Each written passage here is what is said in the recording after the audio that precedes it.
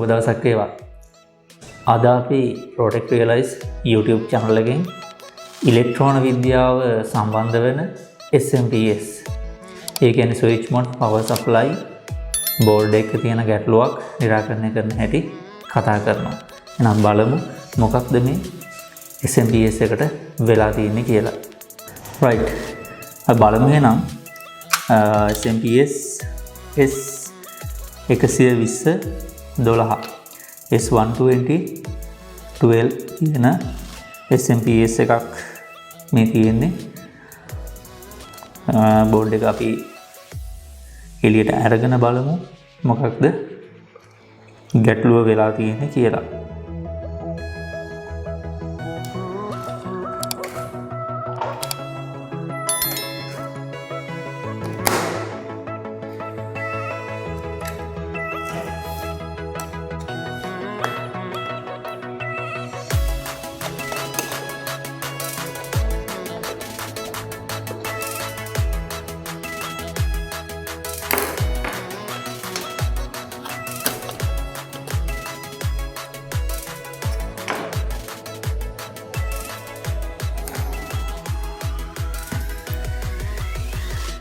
Board එක දිහා බැලුව බැලමටම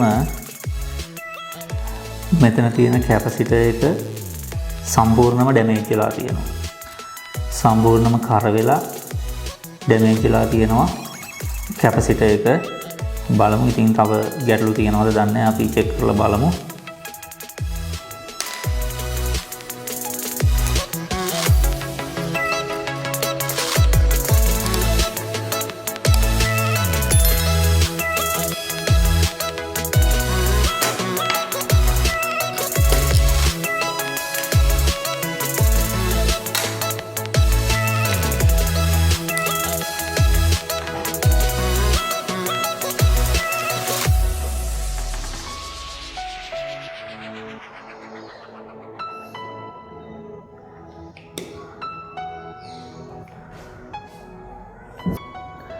right. ඔයාලට බෝඩ් එක පේනවා ඇති. අපි අනිවාර්යයෙන්ම power supply එක check කරනකොට ඔයාලට බලන්න fuse එක damage වෙලා තියෙනවද? ගොඩක් දුරට මේ coil වල නම් ගැටලුවක් එන්නේ නැහැ. ගොඩක් දුරට fuse එක check කරන්න. ඒත් එක්කම මෙතන තියෙන rectifier bridge එකක්. මේ rectifier bridge එක check කරන්න ඕනේ. මෙන්න මෙතන තමයි සම්පූර්ණම capacitor එක damage වෙලා තියෙන්නේ. මේ තියෙන cap එක සම්පූර්ණයෙන්ම ඩැමේජ් වෙලා.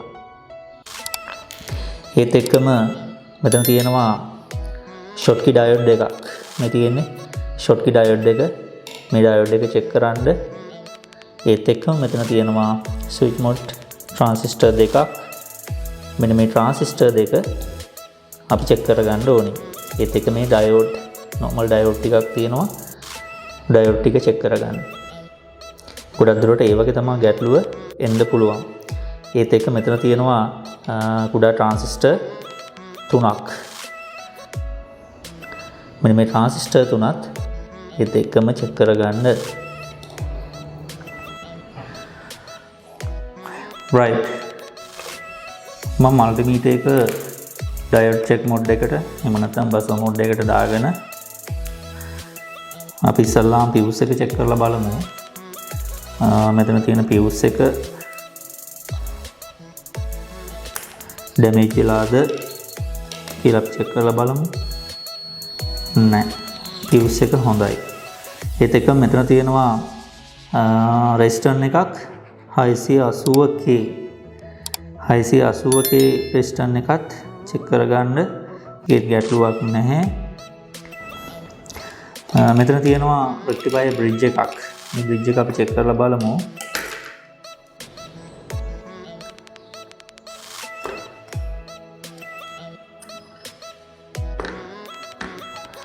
bridge එකේ ගැටලුවක් නැහැ. ඒක damage වෙලා නැහැ. ඒ වගේම මෙතන Schottky diode එක බලන්න. Schottky diode එක check කරන්න.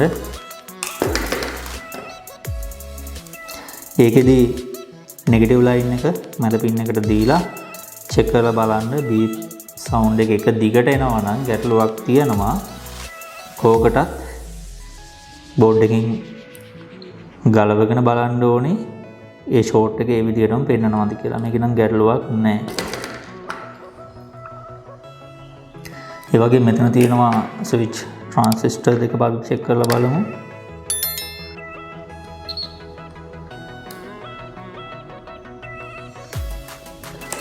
මේ ට්‍රාන්සිස්ටර් දෙකෙත් කිසිම ගැටලුවක් පෙන්වන්නේ නැහැ. මේ දෙකත් හොඳයි.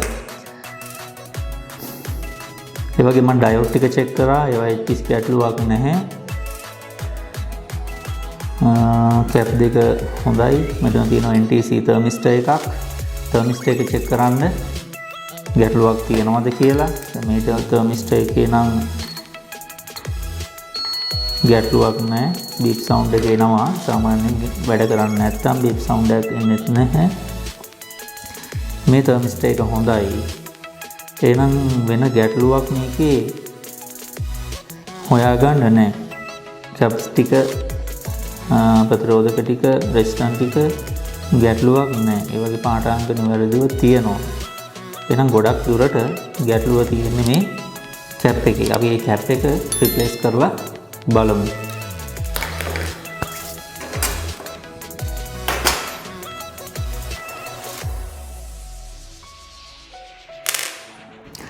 සමහරට මේ හයි වෝල්ටේජ් කැපසිටර් නිසා ආරෝපණ කපඩා වෙලා තියෙන්න පුළුවන්. ඒවා ඩිස්චාර්ජ් කරගෙන රිප්ලේස්මන්ට් එක කරන්න පටන් ගන්න.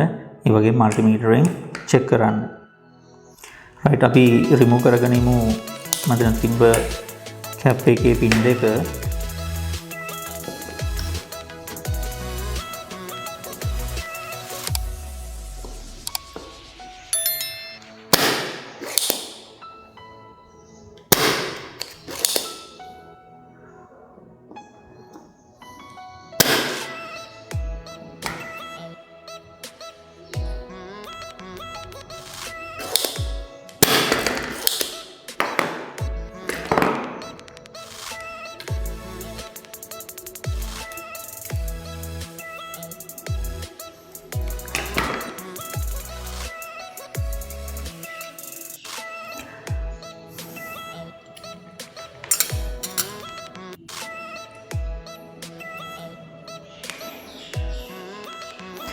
රයිට්, මංගව තියෙනවා 105ක මයික්‍රෝෆැරඩ් දෙකක් වෙන. දැන් අපිට හොයාගන්න බෑ මෙතන තිබ්බ කැප් එක මොකක්ද කියලාවත් හොයාගන්න බැරි විදිහට තමයි සම්පූර්ණ කර වෙලා ගිහින් තියෙන්නේ. අපි බලමු මේ කැප් එක මෙතෙන්ට රිප්ලේස් කරලා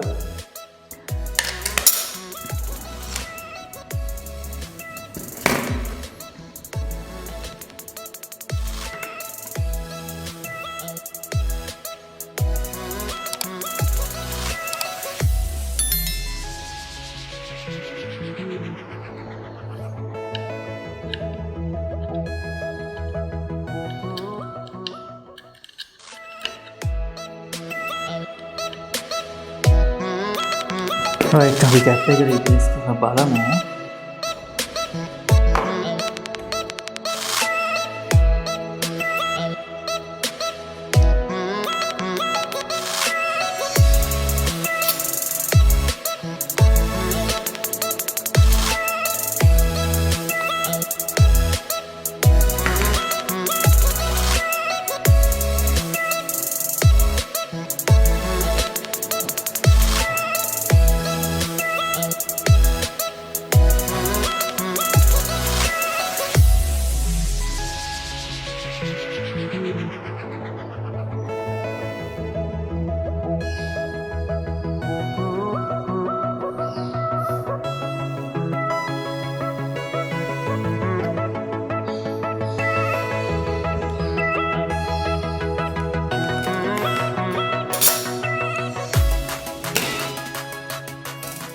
right, capacitor එක අපි රිප්ලේස් කරා මෙතෙන්ට. බලමු පවර් එක දීලා බෝඩ් එක වැඩ කරනවද කියලා.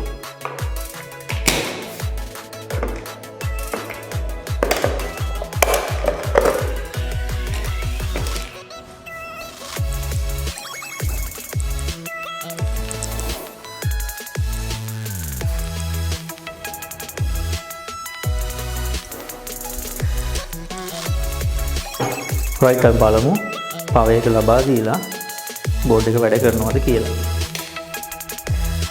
right board එක වැඩ වලට පේනවා bulb එක green LED එක දැල් වෙනවා.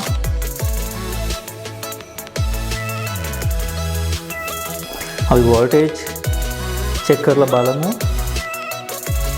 positive line එකක් right 12 volt 3 voltage එකක් පෙන්වනවා. කියන්නේ board එක සාර්ථකයි. එහෙනම් දැන් ගැටලුව निराකරණය වෙලා තියෙනවා. අපි මේකට බල්බ් එකක් සෙට් කරලා බලමු. බල්බ් එක දැල් වෙනවද කියලා. voltage එක නම් නිවැරදිව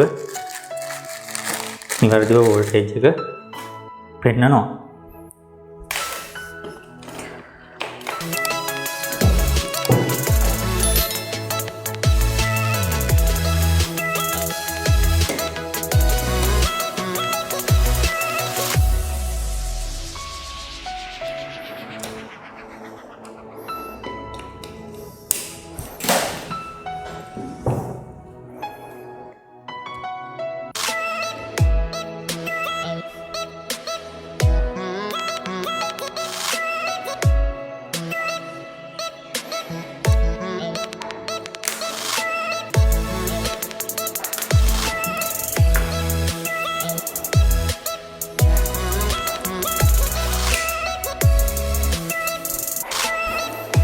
right එහෙනම් අපේ වැඩේ සාර්ථකයි.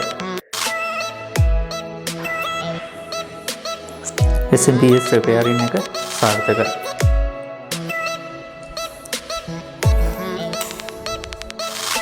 ඉතින් මේ වගේ Tamanටම සමහර උපකරණ වල තියෙන ගැටලු निराකරණය කරගන්න ඒ වගේ අවස්ථාවන් Protect Realize YouTube channel එකත් එක්ක හිටියොත් ඔබට දැනගන්න හැකි වේවි. එහෙනම් සුබ දවසක්.